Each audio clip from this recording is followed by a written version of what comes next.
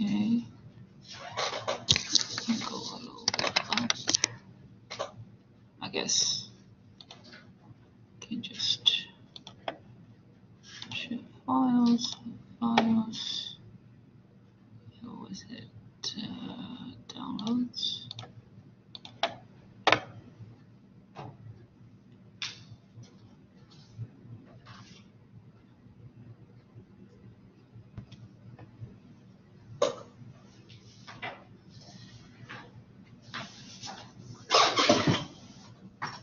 Okay, so, oh, it's actually already recording. So let's go through the midterm.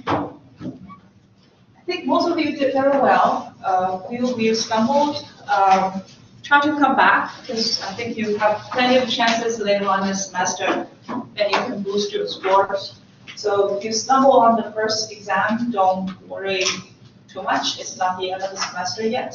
So try and come and talk to me, and I will probably just talk to several of you on how I can help along the way, so everybody can come back at a reasonable rate. The overall score, average score is around like high 80, close to 90. So yeah, everybody did very well. So I had naturally a built-in extra credit because I have 21 questions. I'm charging you only on 20. So I'm kind of omitting one. So when you see the result, when I calculate the results and put the numbers on there, that's already one less of the cross. I think that helps a little bit, but overall, even without that help, you guys just did very well. Okay, so let's go through the answers. Real estate in the economy includes all but which one of the following? So real estate, the real assets does not include common stock, right? Common stock is financial assets. So number 2 is the all of the above kind of question. So active trading markets competition among security analysts help ensure that, first of all, the price approach information efficiency, because the less you trade, the less efficient it will be. The more you trade, then the more efficient the market will be. So active trading does help on that. Second of all, riskier securities are priced to offer higher potential returns, because that's kind of one of the indication from the efficient market that all the risks are properly priced or rewarded by proper return. If you don't have the efficient market, then that is not going to be achieved likely. And third is investors are unlikely to be able to consistently find under or overvalued security. So since everything's getting closer to efficiency, then it will be harder to find something that's kind of priced out of whack. So that's question 2. I'm going to just talk through the whole thing. I know different people have interest in different problems, but feel free to stop me anytime. Number 3 is saying that what kind of asset generate net income to the economy and what kind of asset define allocation of income among investors. So only the real assets are going to generate net income to the economy. These are the ones that you put into production, actually produce stuff, right? And then the financial assets does not produce stuff, and that's one of the reasons that most of the people criticize financial assets and say, oh, why do you focus on financial assets while it does not produce anything? But the real function that financial assets is providing is that it really reallocates the income among different investors. So asset allocation is a process referred to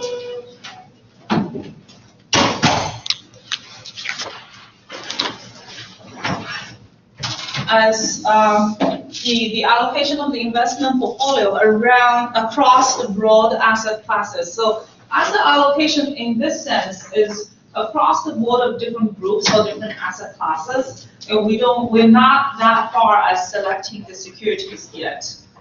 Okay, so we're not going to talk about the analysis of value of securities versus specific assets within each asset class. Those are not asset allocation. We have what kind of portfolio construction, number 5. What kind of portfolio construction start with asset allocation? Then if we do a top-down approach, which is a very typical starters approach, most of the people, when we start a class, for example, later on when we talk about the stock track, the highly recommended process is from top-down, because you need to decide what's your overall risk category, and then how are you going to allocate over different classes, and then you go on to the security analysis. It will be, the whole problem will be a lot tractable compared to the bottom-up. Is the bottom-up security selection? Yeah. So bottom-up is pretty much putting everything in the whole hodgepodge, and then you go through everything through a security selection. So most of the companies will do things in both ways, but individuals, because of their limited resource, limited time, labor, access, and ability to programming, most of us will do top-down approach. Companies can have tons of analysts, and they can have computer programs weeding through many of those data, and they have a lot more resources to do bottom-up so instead of top-down. Okay, so which of the following is not a money market instrument? So money market instrument, we can see bankers' acceptance, treasury bills, commercial paper, all of them are. Preferred stock is not. It's not a bond, and it's kind of a hybrid between bond and stock. Okay, number 7, money market securities are sometimes referred to as cash equivalents because, well, first of all, they're not liquid, or if they're not liquid, they're not going to be cash equivalent, right? So second of all, they are high risk. If they're high risk, then they're not going to be cash equivalent, because cash equivalents are low risk, right? So the correct answer is they are safe and marketable. 2.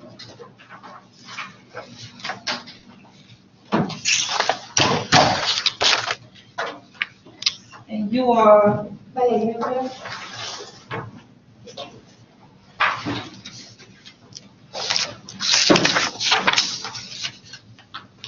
Number 8, an investor in a T-bill earns interest by, the correct answer is B, by buying the bill at a discount from the face value to be received at maturity. So that's what they do as a discount bond. You buy it as a discount and get full principal. That is the way you earn the return.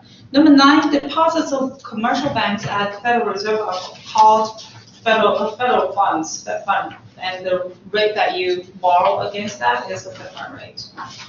Number 10, which one of the following is a true statement regarding the Dow Jones Industrial Average? And the correct answer is it's a price-weighted average of 30 large industrial stocks. So it's not 100, but 30. Okay, and it's the oldest one. Number 11, underwriting is one of the services provided by investment bankers. And then number 12, purchase of a new issue of stock take place in which market? Well, as long as it's new issue, then the money will go to the issuer, so it will be in the primary market. Okay, so the secondary market will be trading among whoever is having it. It's not, the money will not go to, the proceeds will not go to the issuer. For number 13, an order to buy or sell security as the current price is a market order. So that's a textbook definition of market order.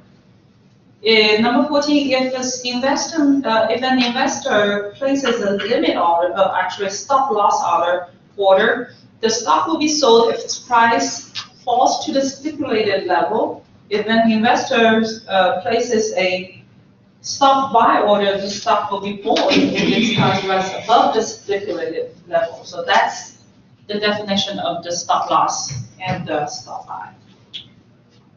Number 15, which one of the following invests in the portfolio that is fixed for the life of funds? Well, correct answer is D, the unit investment trust. Only this one, the whole portfolio is not going to be changed. Everybody just sign in the same pool, and that never changes. That's with a money market fund, so isn't a CD classified as a money market fund? Yes. But don't you get locked into a single rate once you go into the CD? Yes, for individual CD, yes, but you can have a portfolio of different CDs. So the money market fund actually is not limited to holding one CD, if you will. So over the time, that fund can choose to buy and sell and trade and hold different kind of CDs. Okay, but only the unit investment trust is everything, like people just come together and decide on one specific portfolio and then that's it. Okay, that's usually set up for a specific purpose to serve a very small group of people, and that's kind of a unique setup. Okay. So number 16, a hedge fund is a private investment pool open only to wealthy or institutional investors that is exempt from SEC regulation. So exempt from SEC regulation is very important here because none of the others is exempt from SEC, only the hedge fund. That's why you hear so much rumor about the hedge fund because they can do whatever they want. Okay. Question? Are there derivatives regulated by the SEC? Yeah, derivatives alone is regulated by SEC, but the hedge fund, they can, the way they trade derivatives and everything is not heavily regulated. Yeah, they're free to do arbitrage, they're free to do however much of leverage, whatever they want. Yeah, so that's what it means. Number 17, the NAV of which fund is fixed at $1 per share. And for that question, I think the correct answer should be money market fund.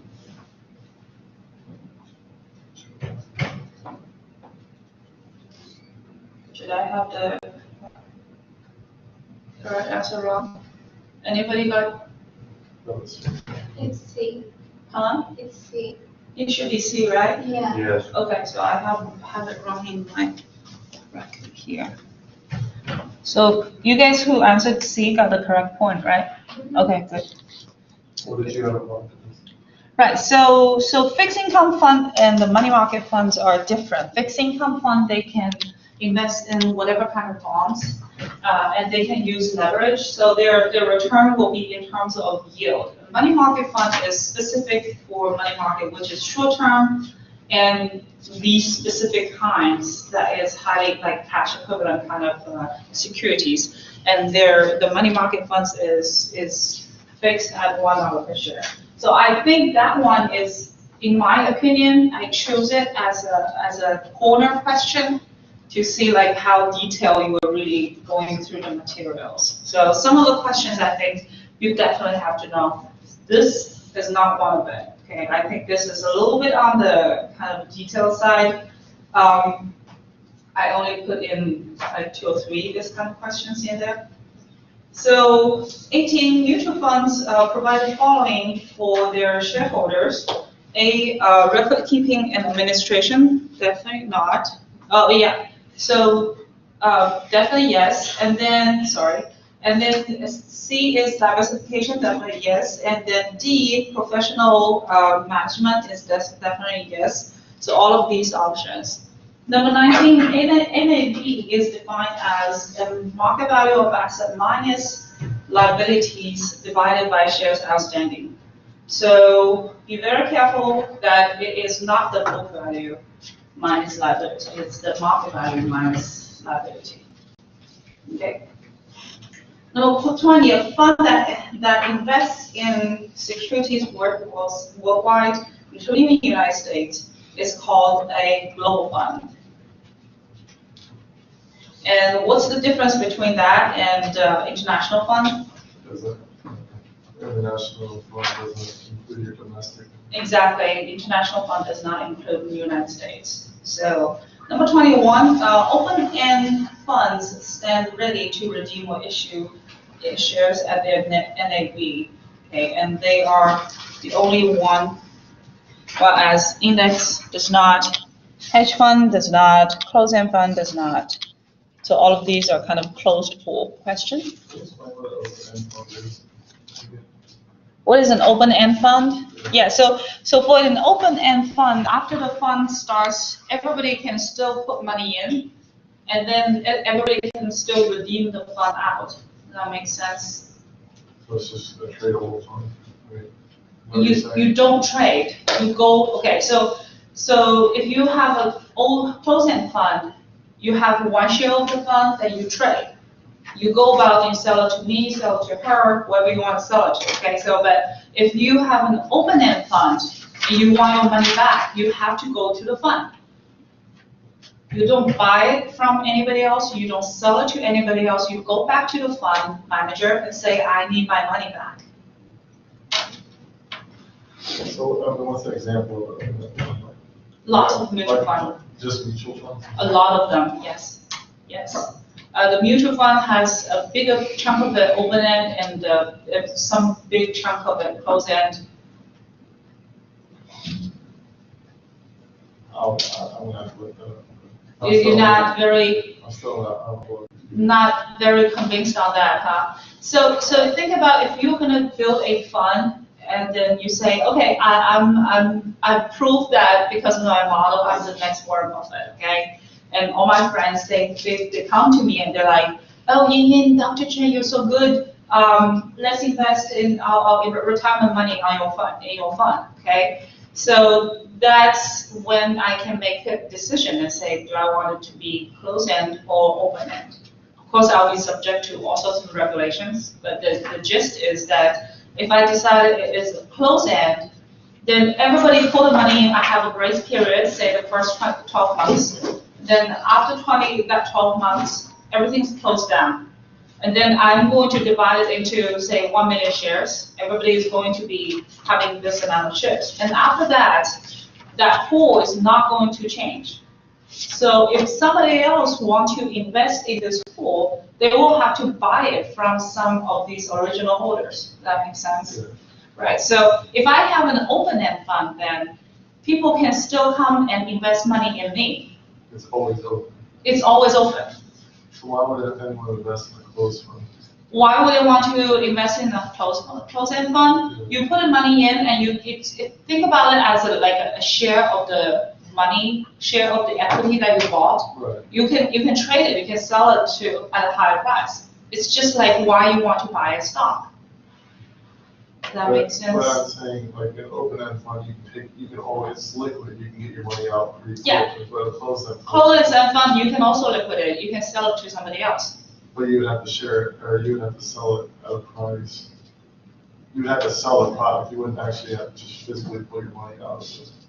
Right, you don't pull your money out of the fund, but you sell it to somebody else. And that's how you get your money back. So, like, for example, Uh-huh. we'll use an open-end and a closed-end fund as a house. If I put money into a house, Mm-hmm. and I say, oh, I can back out of the house on an open-end fund, correct? Mm-hmm. I can say, I don't want the house. Right. But on a closed-end fund, if I buy the house, I have to resell that house to get the money back. You don't have to resell the whole pool in this sense I can sell that the you can, garage or something. yeah, you can have a share, yeah, you can sell a share of that house. And it will not be awfully hard because depending on which closed-end fund that you will put it in, some of them, it all depends on its own performance, right? So if that closed-end fund share has been having a very good return, you probably won't have difficulty selling it at all. So in terms of liquidity, I don't think there's a problem, specifically just because it's closed-end. Are there fees on it?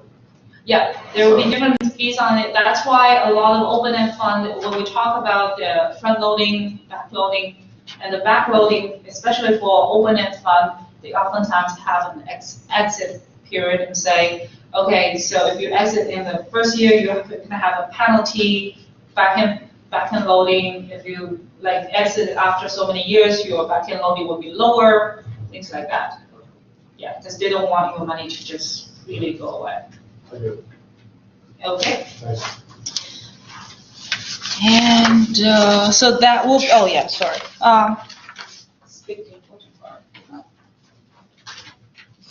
So the calculations, so the first question is the hardest one, right? So you sold short 300 shares of the common stock at 30 per share. There's no way to really write it in here. I guess they have to listen to my voice and guess. Keep guessing. Where's a pen? It doesn't even have a pen, huh? And I forgot mine as well. So why don't we do this? I'm going to pull out the whiteboard.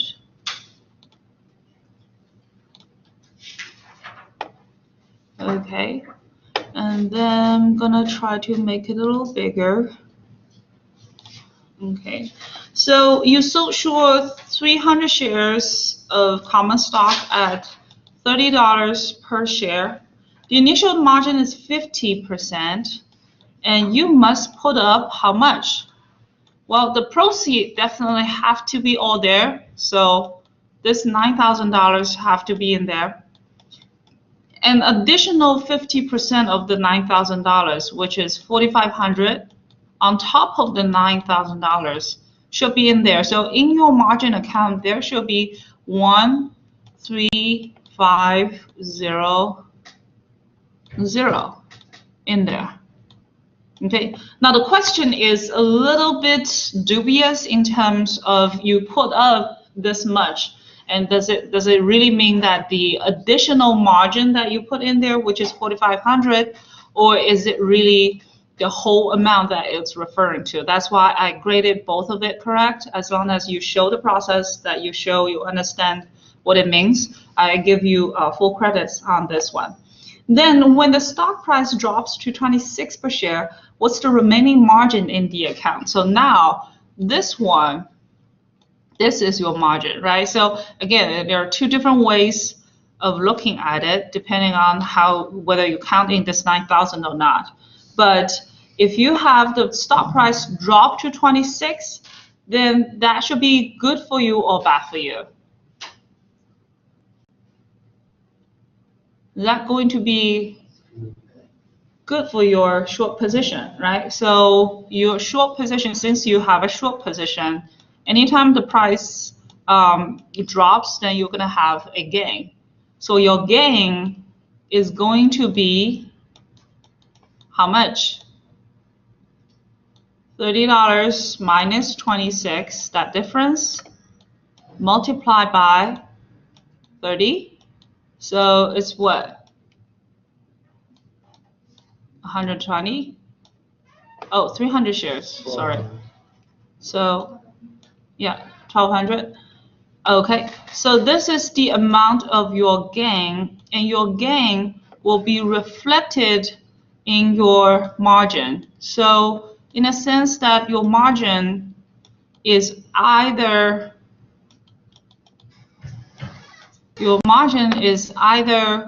5700, which is correct, or if you're referring to the whole margin account, then you can think about it as the 1,200 on top of the 13500. So that will give you a 14700. So now I have the flexibility. I graded both correct. I feel happy that it's not a multiple choice, because then, there's no flexibility in grading. But in this case, I think if you understand it both ways, it should be correct.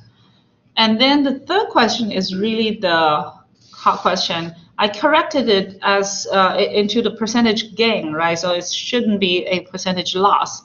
So in this case, it should be this $1,200 gained on top of how much of your investment?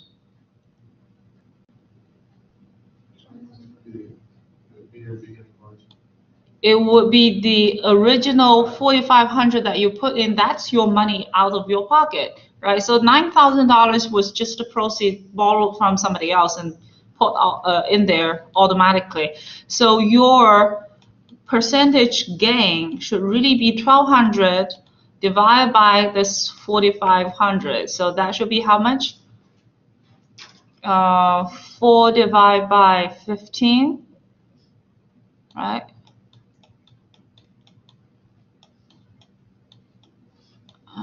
I don't have my calculator, but 7.5. Under 30%. Huh? It's just under 30%. It's 126. Or 26. 26, yeah, something like that, around 26%. Very good. So what about this one?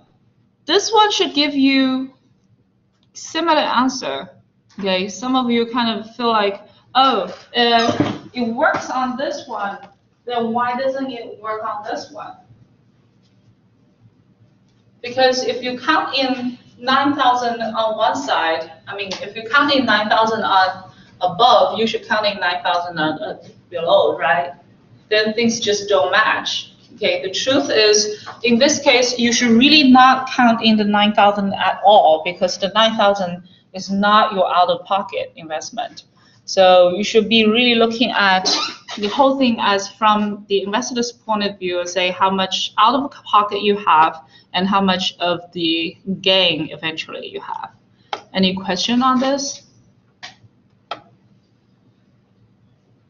Yes, no, all agreed? Okay, then we have a couple of easy questions. In 23, I asked you what's the best estimate of the total cost of this equity issue. So it says that it sold kind of 0.1 million shares in an IPO. Underwriter's explicit fee, 30,000, offering price of the share is 35. It immediately jumped to 43, which means the correct price should be 43 instead of 35. So that difference, that undercharging, that price underpricing, is also counted as part of the implicit cost that they use for these underwriters. So that $8 difference multiplied by 100,000 shares is the difference. Okay, and then on top of that, you need to add in the explicit fee. Okay. Number 24, suppose a treasury issue's coupon rate is 4.5, bid price is this, ask price is this, how much would you have to pay to purchase one of these bonds? Okay, so how much are you going to have to pay? You always pay the higher, you always get the lower. So just look at these two numbers and think about, well, you're at a disadvantage to the market. So you are going to pay 109.375. The question really is, what is the current yield? The current yield is actually the coupon payment for the first year divided by the middle point of the bid ask. The middle point. Mm-hmm.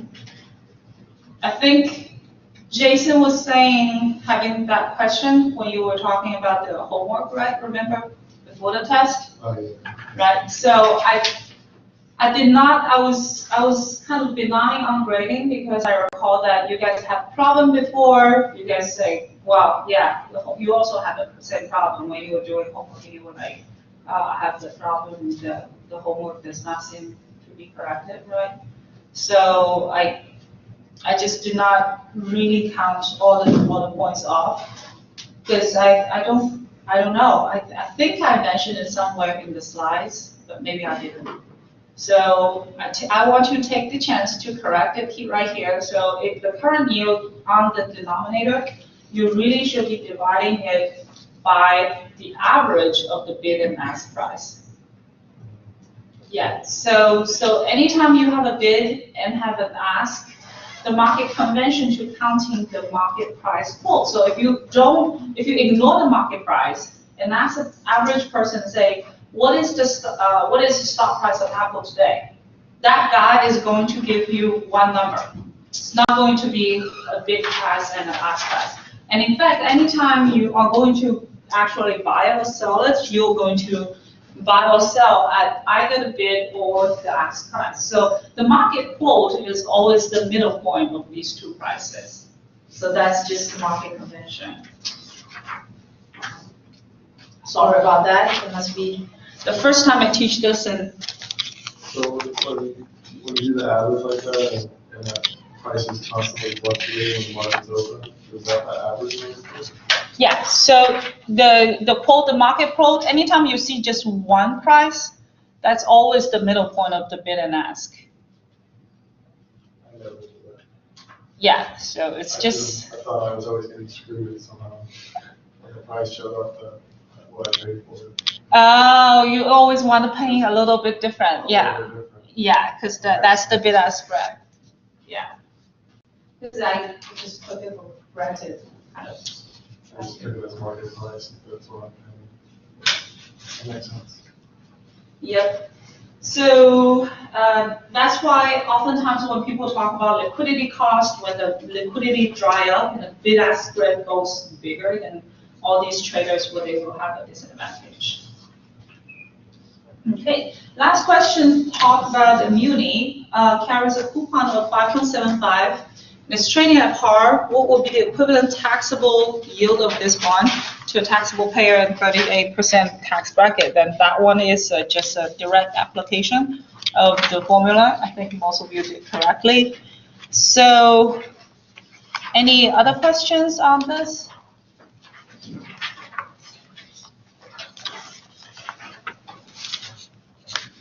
Okay. Seems if everybody is more or less happy, I'll talk to some of you individually afterwards. But I think the second midterm and the final exam will follow more or less the same kind of format, except for the calculation will be different. Except for if you guys really protest, I might throw in a little bit more multiple choice. Sometimes a little bit more multiple choice actually helps because each one will carry less weight, right? So. We'll see. Okay, so let's stop this one and come back to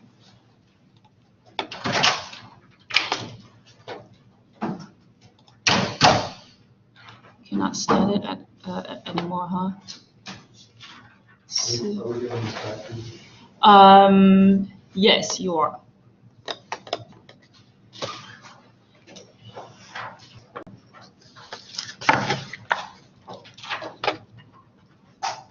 And how do I go to get so long? How am I doing this?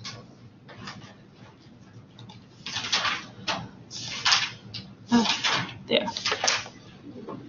Okay, so today we're going to spend the second half of the class talking about risk and return. Okay, so risk and return is a crucial topic for this whole course. I would have to say, before this time point, everything was kind of a background knowledge. Okay, from now on, we are talking about the real deal. Because if you really think about it, the goal, the performance, the measurement of your performance on everything you are doing in the investment area is related to the risk and the return. And oftentimes in the market, when people talk about things, especially when you go to one of those seminars, you hear people pitching around, and they'll be like, "Oh, during so-and-so time, we've been having this amount of return. We've been beating the market benchmark." What does that mean, by the way? Beating the market benchmark, what does that mean? The average. Comparing to the whole market indices. Remember, we have several indices, right? Dow Jones, SP, Wilshire, those are very important ones. And then whatever you do, your performance will be compared to the whole market. The gist is that, first of all, if I invest in your fund, and your fund is actually getting less return compared to those market return, why would I invest in your fund again? Since all of these funds are charging fees, right? Commissions, front-end load, back-end load, 12B, all that fees from you, then why would I want to invest in those funds instead of just putting it directly into the market indices? Right? So as a choice question. So all these funds will have to impress their investors and tell them, convince them that either their return is superior or their risk is much lower compared to the market. Okay. Unfortunately, most of the people only look at the return. That's why when they go out and pitch, they will say, "Oh, my return has consistently beaten the market." Well, yeah, true, consistently in the past 2 years. But how much risk are you taking? right? So in the first side of the downturn, are you going boom, like plummeting, and all of a sudden destroy like half of the value of your bond? And that's what people usually see. Like you go out and see those very prominent fund managers, they go in, they talk, and then say, oh yeah, in the past 5 years. And then the past 5 years looks stellar. It looks like awesome, all these numbers. You see going good, good, good, good, good, good, good. After a couple of years, then boom, like when you have market crash, half of the asset got evaporated. So that is a crucial thing that you understand. First of all, how you measure everything. So all these numbers are not prices. Only the prices are directly observed from the market. So you need to understand, even with today's heavy regulation, if you're talking about second-hand data, if you're not, well, Bloomberg is probably safe. You go in Bloomberg, you type in return, it's probably a legitimate return all the time. However, if you're going to any kind of seminar, any way they have a chance to fiddle with the data, they probably will do. Okay, so then a legitimate question to them is how do they measure the return? And they should be clarifying all of these in the documents as well. And how you measure the risk is another issue. You measure the risk as a frequency of daily, as weekly, as monthly, as annual. Even if you annualize everything, the risk will be different. These numbers will be different. So all of these issues are at the heart of investments. That's what people are looking in and day out. They're like your scorecards if you're going through a school system. It's what you're fighting for, and it's your measurement. Okay, so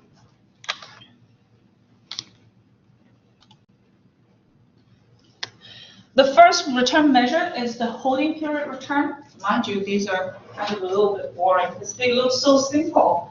But then you need to memorize all of these because they are so important. And then use them all the time. The rate of return over the given investment period is pretty much just the sell price minus the buy price plus all the cash dividend you got along the way, okay, divided by the beginning buy price.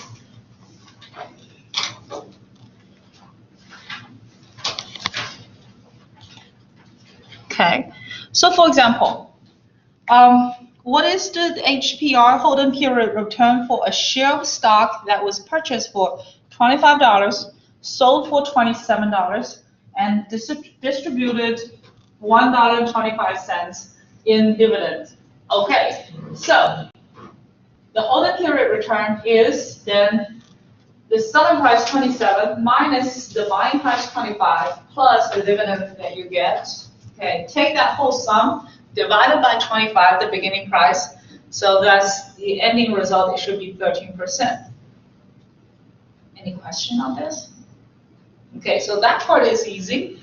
And then you can divide, if you look at this whole thing, you can kind of slice it through right here. Right there on that line. Okay, imagine the line through a laser beam through coming out of my hand, right? Dividing the whole thing into these two parts. The left-hand side is what? The ending price minus the buying price. So that's the capital gain. And that's why this part divided by the beginning price is the capital gains yield. Okay. What about this part? This part is the dividend. And that's why we call it the dividend yield. Okay, so we have similar sayings in the bond yields, but then that's going to be a later topic. Let's keep it simple right here and move on and have some examples.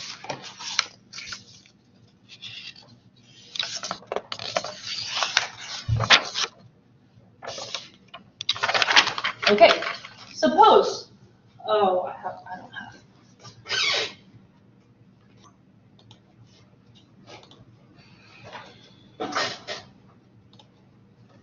Suppose we have in 2016, January 06. I hate this. The apple price is 116 cents. On February 16, it's 96.64. On 2016, February 4th, you have a dividend of 52 cents. And what is your holding period return?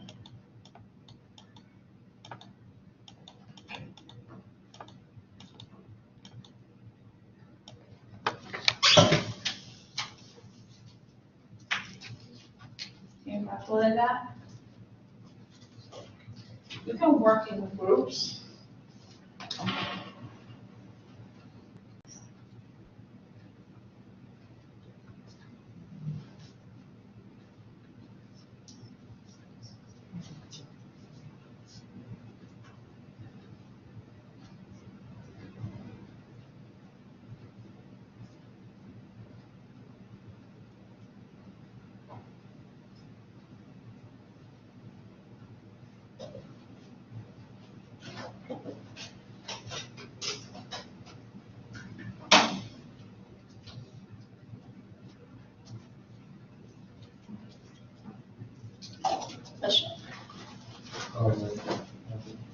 You have a number? Yeah. What? It comes out to be like -0.299%. Right. It is actually negative 2.99. Yeah. All of you got that? You need to start punching numbers.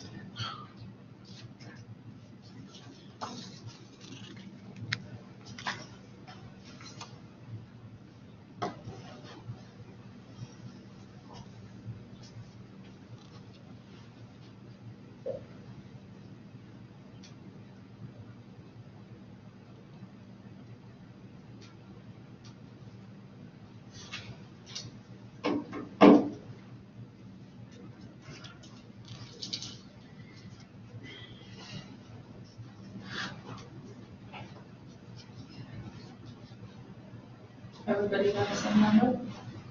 Cool. You got that? Mm-hmm. Okay. So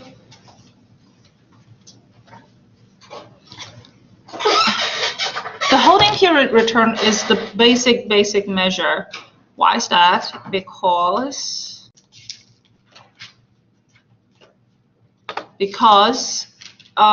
then later on we're gonna have, say, monthly return. Oh, it's writing to the right. Oh, good. I'm so glad. What happened to them? Upgrade? What? Okay, let me erase this one.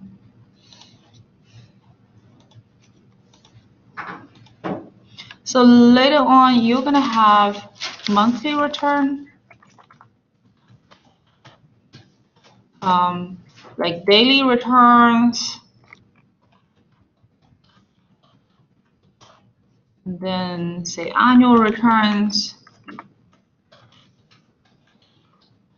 All of these returns are similar in a sense that they are all holding period returns. So how do you calculate all of these? Well, then you set for monthly return, you set a fixed day of the month, say the first day of the month, every month. And then you're going to calculate the holding period return for every single month. Does that make sense? Kind of? Yes? No? No response? What if there is dividend in some months and there's no dividend in other months? That doesn't sound fair to me, does it? Once you just separate the months, go month by month. Are you going to kind of take the dividend out? What's the question again?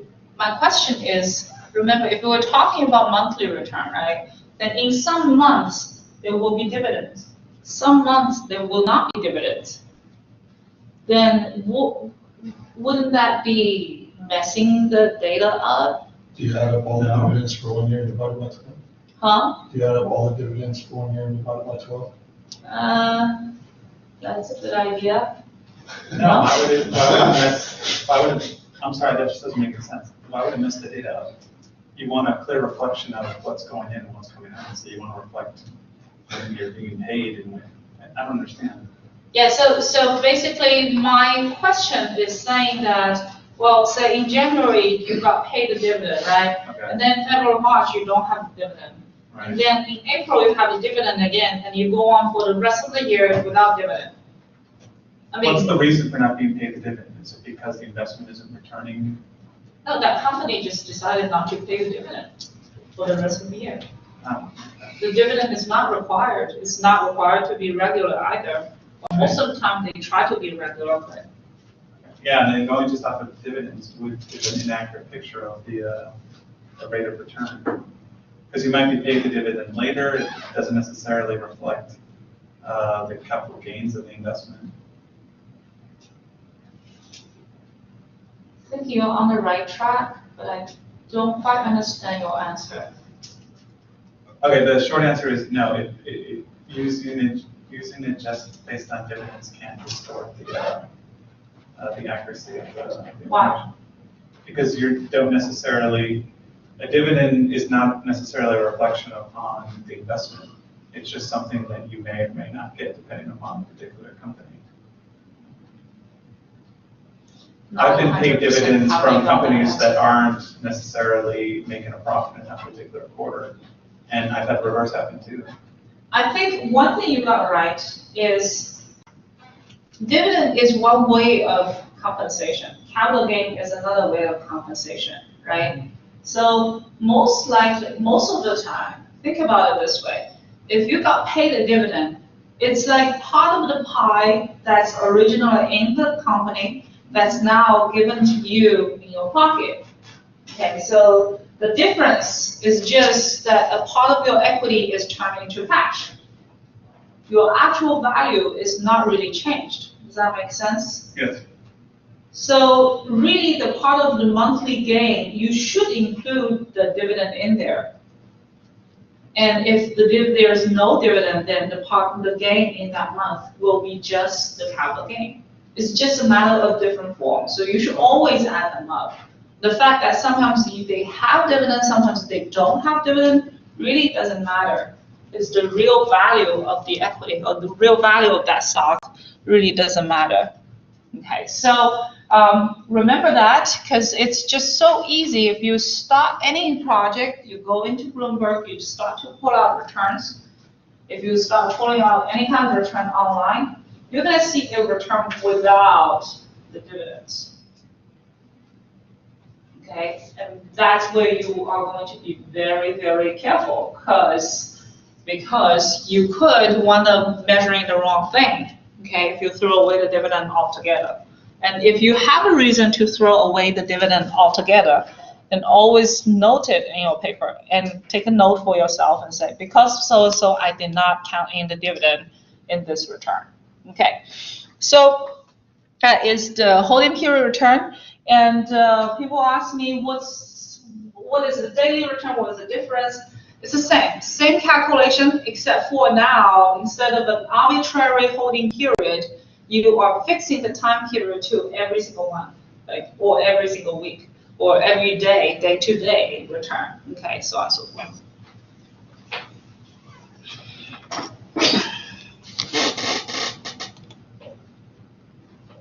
Yeah, okay, very good. The second thing we are going to do is, instead of having a series of returns, you typically got one number, two number, right? None of the fund, when they are pitching you, they're going to show you, 3,000 daily return points. That's not what they do. What they tell you is, the last 3 years return is 12.757. Well, then your next question you're asking yourself is, how's that going to be measured? Okay, and most likely they will have to somehow average the daily return or average the monthly return to get aggregated or integrated into one number to report it. But there are different ways to averaging it. So the most simple way to average it is, of course, the arithmetic average. You're taking everything added together, divide by the total number of observations. That's it, simple. What about geometric? Well, because if you really think about it, the arithmetic average does not really make sense. Why? Because it's not a simple compounding, right? Remember, we have compounding effect. So in the first period, whatever it is earning me, that part of return, whatever the gain it is, I can reinvest it. If I assume periodical reinvesting, then the whole thing should be really compounded using the first period return plus 1, then multiply by the second period return plus 1, multiply by the third period return plus 1, right? Does that make sense? And then you take a root of whatever number of periods out of it. So that is what we call the geometric average. So this gives you the cumulative performance a lot more accurate than the simple average, because simple arithmetic average, because it zooms compounding. Okay, the third one is the dollar-weighted average return. The dollar-weighted average return is oftentimes used when you are measuring the fund performance.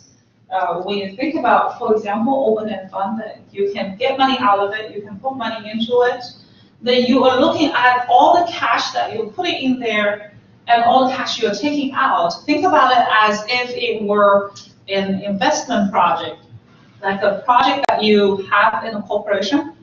Okay, and calculate the IRR of it. Remember, for IRR, it had all sorts of problems, right? So do you have that memory about IRR in the corporate finance? Yes. You have like investment at first, and then you hopefully have profits, or like you have loss or something. And then you kind of have to average it over time and see what is the equivalent interest rate or equivalent discount rate that will make this whole thing fair out to be the initial value. So that is here what we mean by the dollar-weighted average return. Okay, so this slide show you an example of it. First of all, it takes a little bit to really read through the data. Okay, be very careful, and anytime you read the data, just take your time. Don't think that you have to get the meaning of the data, because these are all presented in different ways. There's no industrial standard way of presenting anything. So first of all, you have 4 different quarters. So these are quarterly data. Okay, the frequency is the first thing to be noticed. And then you look at the asset under management at the starting point of the quarter. So this, I think in terms of million, you have 1, 1.2, 2, 0.8.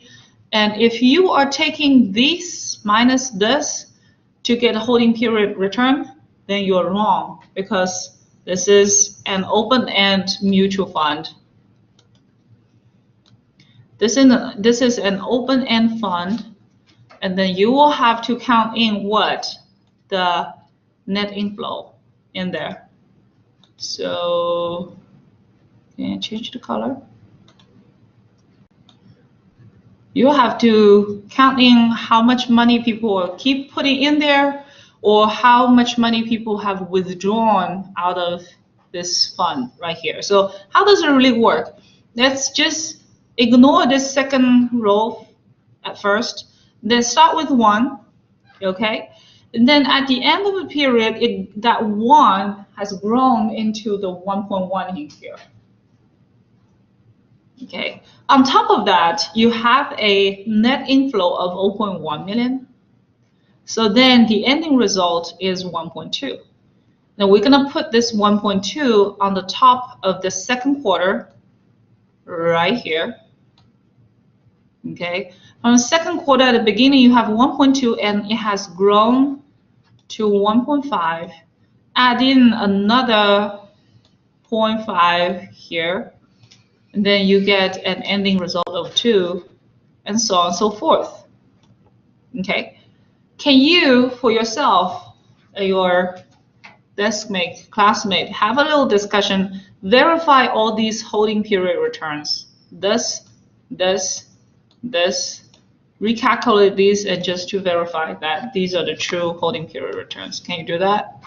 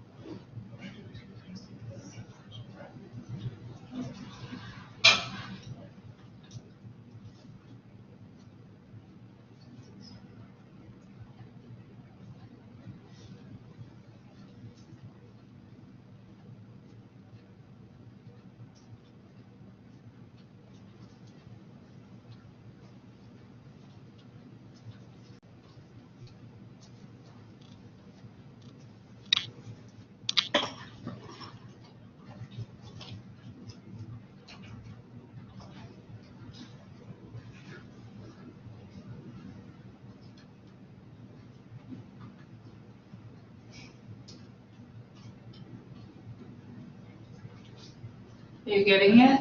No. No? What did you do? You tried the first one? Which one did you try? I don't understand the geometric average. Oh, no, we're not that far yet. Oh, We're yeah. just trying to verify the numbers that I circle out, all those Okay. returns. Yeah.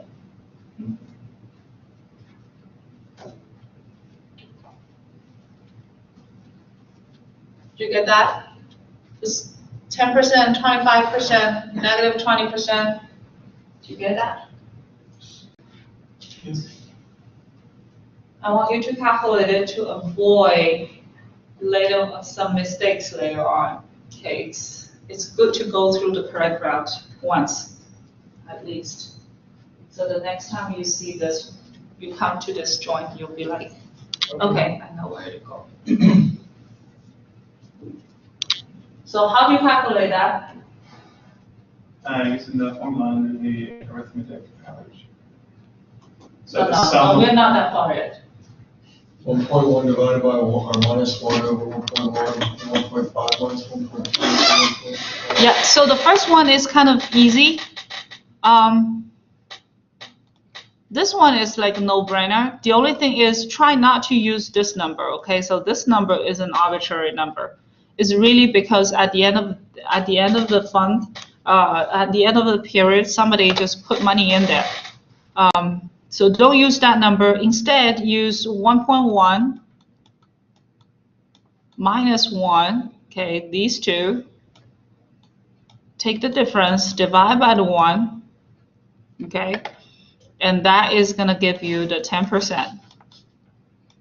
So in the second route, you're going to have a total asset before net inflows. This is what you're looking at, okay? At the end of the period, but before net inflows, take 1.5 minus 1.2, the beginning one, and divide it by 1.2. Okay, so that's what you're going to get, the 25%. So on and so forth. Each time you're going to get this total asset before net inflows minus the beginning, and then divide by the beginning. So that one is a negative 20%. Okay, so we verify this part, and then we can calculate the arithmetic average, which is kind of easy. You get 10% plus 25, add everything up, divide, it is a simple average. Okay, what about the geometric? Well, why does it all of a sudden have 1.1? Remember, when you are talking about geometric, you're talking about compounding. So in here, you're really taking 1 plus whatever return rate you're getting. That makes sense? So it is the 1 plus 10% times the 1 plus 25% plus 1 minus 20%, which gives you 0.8, n times 1 plus 20%. Okay, you take all these, and then you are going to take a 1/4 root. You're compounding over the 4 period, and you want the periodical rate of return, right? So you take that, the 4 quarters. For each quarter, you're going to take the 4th root because they are multiplied together. So that's how you calculate the geometric mean. Okay. Notice here, this geometric average has a difference compared to the arithmetic average. Usually the geometric average is lower, okay? And it's not going to be, the arithmetic average is not going to be that accurate because it does not count as the compounding. So the most accurate one will be the geometric average. In this case, we also have the dollar intake and dollar outtake. Okay, so the dollar weighted average is another way that people are going to look at it. How are you going to get the dollar weighted average? Well, first of all, you need to flip your identity to an investor and read the data in another way. Okay, so Jason, this is something you probably don't understand yet. And then why do we have to put -1 over here?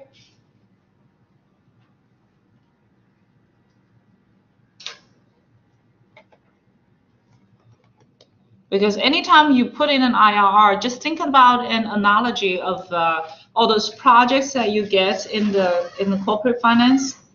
You always have to have what? Initial outlay? Does that ring a bell? Oh, yes. Right? Initially, you always have to put in money, and then you look at the periodical profit in. So here, this one is actually this one right here. This one right here. At the very beginning means that if you're an investor, you're going to be, in the first period, you're going to put in 1 million, okay?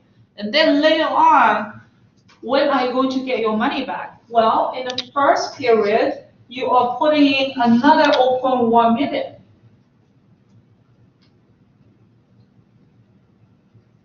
Right?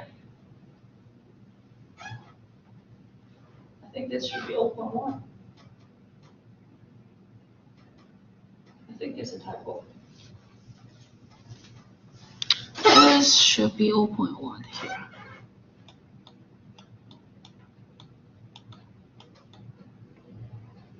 So the first net inflow, actually it should not be called an inflow, right? So you're really actually putting more money in that account. So when they talk about the net inflow, it's taking the stance of the fund. For the fund, it is an inflow, but for the investor, you're putting more money in it, and that's why this is a cash outflow for you, and it's a negative sign. That makes sense? So you have a little identity shift here. And then second of all, you put another $500,000 in the second quarter. Then in the third quarter, you withdraw 0.8 million. That's why it is a negative sign coming into a positive sign.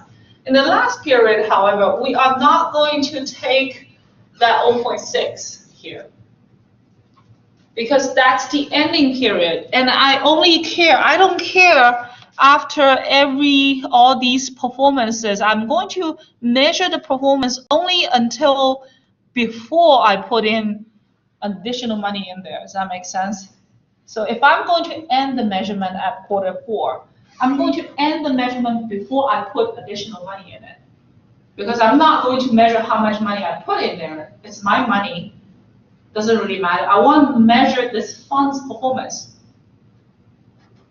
Make sense? So for the fund's performance, that 0.6 million does not really matter.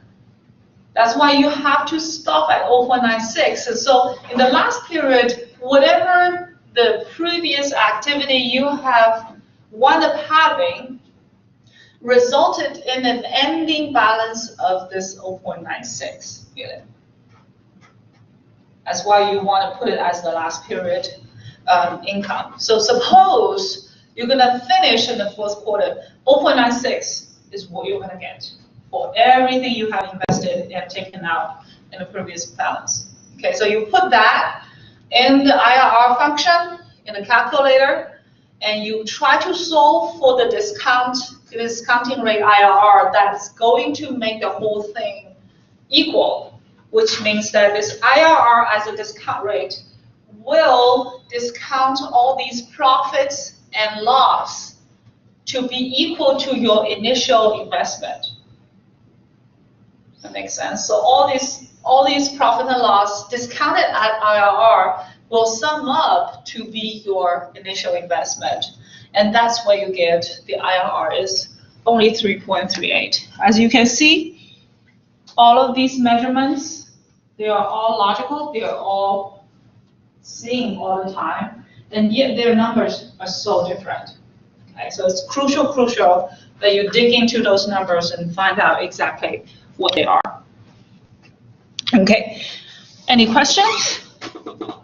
No? So next time, I'm going really slow in here, but next time we're gonna start picking up a little bit of speed, but anytime we hit this kind of calculation heavy slides, we're gonna slow down significantly.